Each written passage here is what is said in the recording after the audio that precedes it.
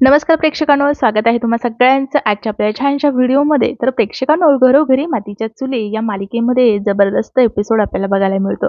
आजच्या एपिसोडमध्ये प्रेक्षकांनो, इथे आता जानकी आणि ऐश्वर्या आणि अवंतिका या तिघींनी मिळून मात्र शर्वरीचं काय सत्य आहे ते जाणून घेतलेलं आहे.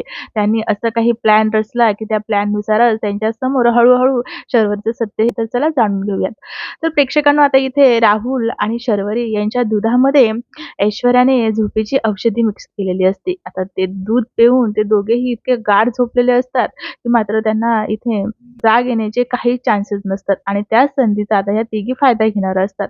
आता विक्रांतचा फोन हा फेस लॉक असल्यामुळे तो त्यांना खोलायचा असतो आणि त्यामुळे जे आहे तर इथे ऐश्वर्याने असा काही प्लॅन रचलेला असतो. आता ते गाढ झोपलेले असते तर त्यांना त्या फोनचा पासवर्ड हा खोलता येईल. आता प्रेक्षकांनो, इथे जानकी ही बोलत असते, शर्वरी वंशा आणि राहुल हे दोघेही गाढ झोपलेले असतील. आता आपल्याला आपलं काम करायला आपण मोकळ्या, असं काही बोलतात आणि त्या आता तिच्या रूमच्या बाहेर आलेल्या असतात. आता इथे जानकी, ऐश्वर्या ह्या दोघी रूमच्या आतमध्ये जाणार असतात. तेव्हा ऐश्वर्या ही अवंतिकाला बोलते, "अवंतिका, तू इथेच थांब आणि कोणी आलं ना तर आम्हाला अलर्ट कर." तेव्हा ती बोलते, "हो, तुम्ही काहीच काळजी करू नका. तुमचं काम तुम्ही व्यवस्थित करा. कोणी आलं तर मी लगेच तुम्हाला कळवेल." असं काही ती बोलत असते. आता इथे त्यांना रूममध्ये जायचं असतं. पण मात्र आता राहुल आणि शर्वरी यांची जी रूम असते ती लॉक असते. त्यांनी आतमधनं दरवाजा लॉक करून घेतलेला असतो. तेव्हा जानकी बोलते, "अरे देवा! यांनी तर रूम हे दरवाजा तर हा आतमधनं लॉक करून घेतलाय आणि आता कसं खोलावा?" असं काही ती विचार करत असते. तेव्हाच ऐश्वर्या बोलते, "पिन घे, केसाच्या पिनेने दरवाजा खुलेल." आणि ती आता तिच्या केसाची पिन काढते आणि दरवाजा खोलण्याचा प्रयत्न करते. दरवाजा हा खुलतो आणि तेव्हा त्या दोघी खूप खुश होतात. आता जानकी आणि ऐश्वर्या ह्या रूममध्ये आलेल्या असतात. ते जानकी ह्या दोघांनाही गाढ झोपलेलं बघून थोडीशी घाबरलेलीच असते. ती आता ऐश्वर्याला बोलते, "अगं ऐश्वर्या, हे उठणार तर नाहीत ना?" तेव्हा ती बोलते, "अगं नको काळजी करू जानकी, ते नाही उठणार. त्यामुळेच तर त्यांना औषधी दिली आहे ना." असं ती बोलते. आणि आता जानकी ही शर्वरीच्या चेहऱ्यावर फोन पकडते. आता तिला असं वाटतं, की असा फोन पकडला, की फोनचा स्विच ऑफ हा खुलेल. तेव्हा इथे ऐश्वर्या हे दृश्य बघते आणि बोलते, "जानकी, हे काय करतेस तू?"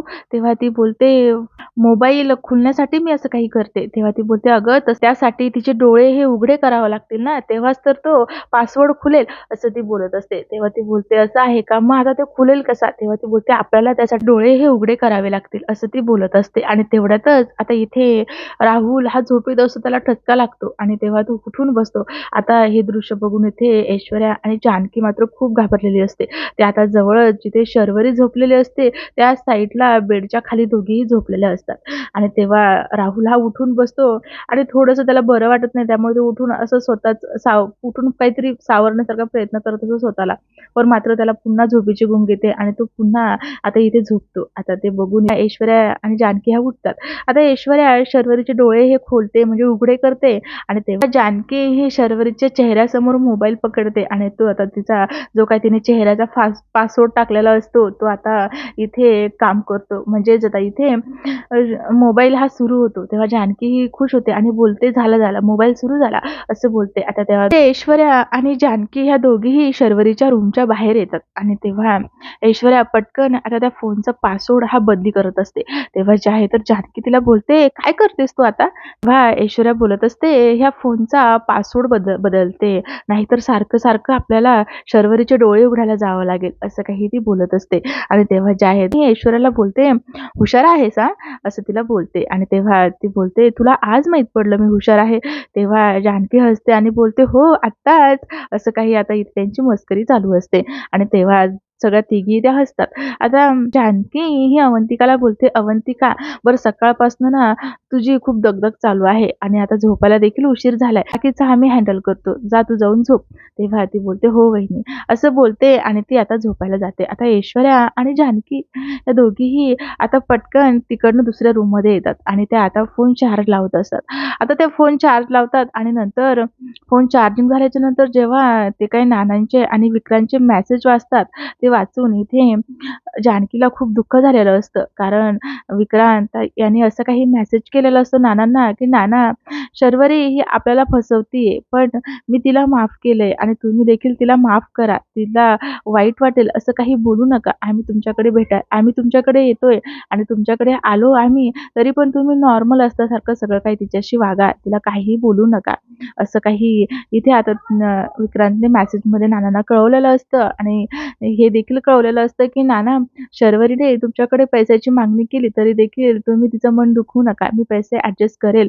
असं काही बरंच विक्रांतने नानांना मेसेज केलेला असतो आणि आता तो कोणत्या तारखेला भेटायला येणार आहे ते देखील त्याने कळवलेलं असतं. आता हे जानकी आणि ऐश्वर्याने वाचलेलं असतं.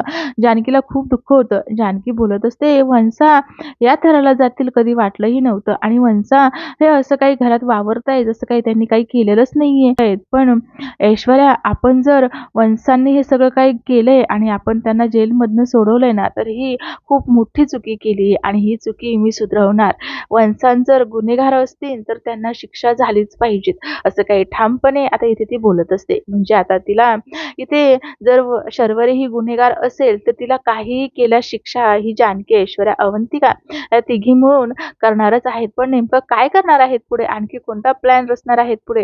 हे पुढे पाहणं देखील खूप उत्सुकतेचं आहे. कारण जानकी, ऐश्वर्या आणि अवंतिका आता ह्या तिघीही किती जरी हुशार असल्या, तर मात्र शर्वरी देखील कमी हुशार नाहीये. तर प्रेक्षकांनो पुढे पाहणं खूपच उत्सुकतेचं आहे, की नेमकं आणखी काय काय घडणार आहे. अशाच नवनवीन अपडेट जाणून घेण्यासाठी आपल्या चॅनलला मात्र नक्की सबस्क्राईब करा. भेटूया छानशा पुढच्या एपिसोडमध्ये.